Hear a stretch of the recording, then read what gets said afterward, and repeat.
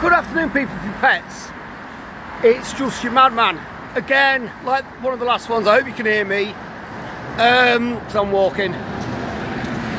In today's episode of my mental health journey and things you couldn't make up if you tried. Right, so for those that are following, those that have looked at my journey, a couple of people have commented. You'll recall that a week ago I went to the chemist to pick up some old medication to get me on a new dosage, and I explained that the chemist said they had no old medication and there was no record of it, even though I was told it would be there 2 days earlier. I was just a little bit late trying to pick it up, and I just had to go back to the prescriber and try and figure it out, even though, as I said, the prescriber couldn't re-prescribe because they'd already prescribed, and they don't want medication of the sort that I was on, or the sort that I am on, amyl sulfide, floating about. Well, today, and that was a week ago, and I accepted it in good faith.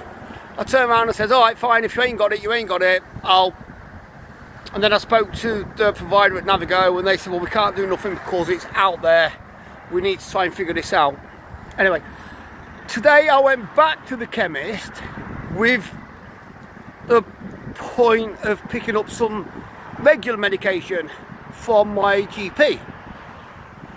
And I told you that when I went to get that medication last week, somebody told me that they did not have it. They looked everywhere and said they did not have the owed 50 milligrams of amyl sulfide. So today I goes to the chemist and I state to them, I just want to pick up my medication that's come from my doctors. And then, oh, we've got some own medication for you, Mr. Sanderson. And I'm like, have you? And they went, yeah, some amyl sulfide, you were supposed to pick it up last week. So I said, well, to be honest with you, love, I comes in and I asked for it last Monday or Tuesday. I think it was Tuesday. So a week ago today. And I said to the girl that served me that day, I've come to pick up some own medication, and she looked at me blank in the eyes, went through the back, and then came back and says, we've got nothing for you. And the girl that I saw today said, well, it's been here all the time.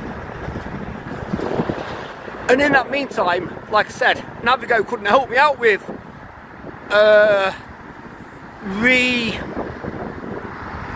dispensing medication, re-prescribing it, because it was out there. There had to be a, whatever they call it. So I've spent a week on the wrong medication, either 50 milligrams too high or 50 milligrams too low for what they wanted to change, only for it to have been there all the time. But like I say, things you can't make up in the mental health journey. And they wonder, and I always say this, the people wonder why so many of us give up. The people themselves wonder why. The pharmacists, the psychiatrists, or the psychiatrists, the nurses, doctors, they wonder why so many of us just say, do you know what, bollocks, I'm just going to go do my own thing. And it's because arse and elbows don't know what the other one's doing.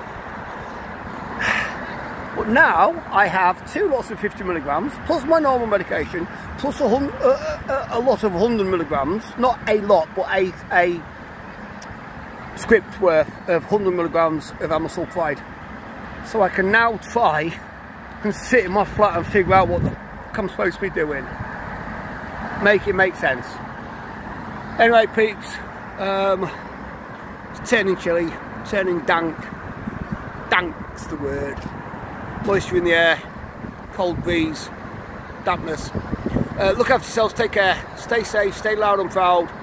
Look after your friends, your neighbours, your elders, your relatives, all the people around your table, your friends, your family, and anybody that you talk to near and far, and anybody that you see in the street that is struggling with a chemist that doesn't know what they're doing, as well as anybody else. Stay safe, stay loud and proud. Peace.